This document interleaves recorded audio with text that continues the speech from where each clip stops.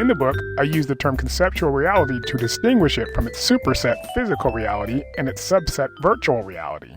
The latter means many different things to many people, which is why I felt a more concise term was necessary. Virtual reality too often translates to cyberspace or simulated reality. Either way, it's confined to electronic media. Conceptual reality is not. It's the sum of all information, but not the sum of data. Figure 10 shows how it relates to perception, starting with the superset. Physical reality represents the entire universe. Perception ranges from an individual observer to the sum of all observers. There would be no perception without tools to sense detectable data. Range and amount of detection depends on the technology of sensors. Conceptual reality lives between the range of the sensors and within the observers. It's based on generating information, not merely detecting data. Sensors like space telescopes see far beyond the range of conceptual reality. However, information has traveled farther than the telescopes have traveled through radio transmission and recorded media of the Voyager 1 space probe. Yet conceptual reality gets more rich with depth than distance. Conceptual reality is made up of concepts. Since concepts depend on physical media, mass and energy are part of conceptual reality. This doesn't make physical reality a subset of conceptual reality.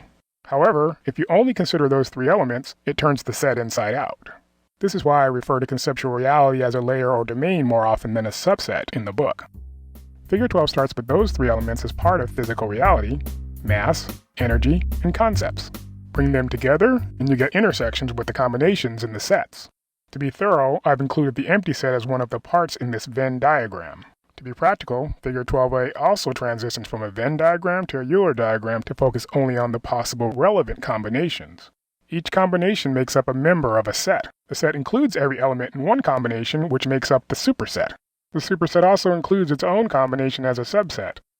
Coming from a Euler diagram, we're only concerned with possible combinations. This brings us to Figure 12b, where impossible combinations are eliminated. This is the most accurate and yet most confusing way to look at the relationship between physical reality and conceptual reality. We move from sets to layers to make it simpler. In Figure 12c, we eliminate the redundant subset to get to what I call layers. Layers are based on what's unique about the group. Mass and energy independent of concepts makes the physical reality layer unique. Presence of concepts makes the concept layer unique. But since concepts don't exist without mass and energy, we must go beyond layers to what I call realms. Figure 12d starts by removing the word layer from the physical reality realm. Once we add back mass and energy to the concept layer, we now have two realms. The conceptual reality realm is what completes Figure 12e, and all of Figure 12.